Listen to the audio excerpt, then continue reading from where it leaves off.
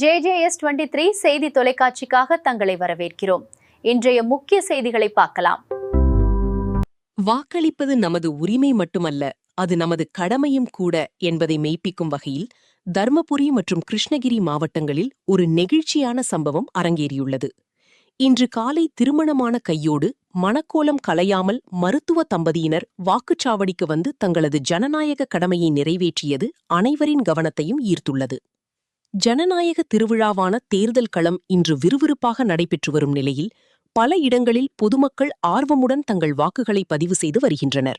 இந்நிலையில் கிருஷ்ணகிரி மற்றும் தர்மபுரி மாவட்டங்களைச் சேர்ந்த மணமக்கள் இருவர் திருமண பந்தத்தில் இணைந்த சில மணி நேரங்களிலேயே ஜனநாயக கடமையிலும் இணைந்து கலக்கியுள்ளனர். தர்மபுரி மாவட்டம் பாலக்கோடு அடுத்த அழகம்பட்டி கிராமத்தைச் சேர்ந்தவர் மருத்துவர் EU அங்குராஜன்.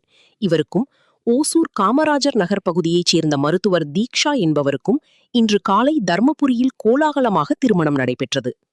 திருமணச் சடங்குகள் முடிந்த கையோடு மணமகன் அங்குராஜன் தனது சொந்த ஊரான அழகம்பட்டிக்கு சென்று தனது வாக்கினை பதிவு செய்தார்.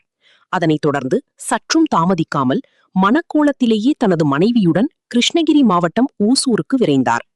ஓசூர் சட்டமன்ற தொகுதிக்குட்பட்ட சின்ன எலசகிரி பாலாஜி நகரில் அமைந்துள்ள பாரதியார் மெட்ரிகுலேஷன் பள்ளி வாக்குச்சாவடிக்கு மணமக்கள் இருவரும் வந்தடைந்தனர். அங்கு மணமகள் தீக்ஷா வரிசையில் நின்று ஆர்வமுடன் தனது வாக்கினை பதிவு செய்தார். பட்டு வேட்டி சட்டை அணிந்த மணமகனும் பட்டுச்சேலை மற்றும் ஆபரணங்களுடன் மணக்கோலத்தில் இருந்த மணமகளும் வாக்குச்சாவடிக்கு வந்ததைக் கண்ட அங்கிருந்த மற்ற வாக்காளர்கள் நெகிழ்ச்சியடைந்தனர்.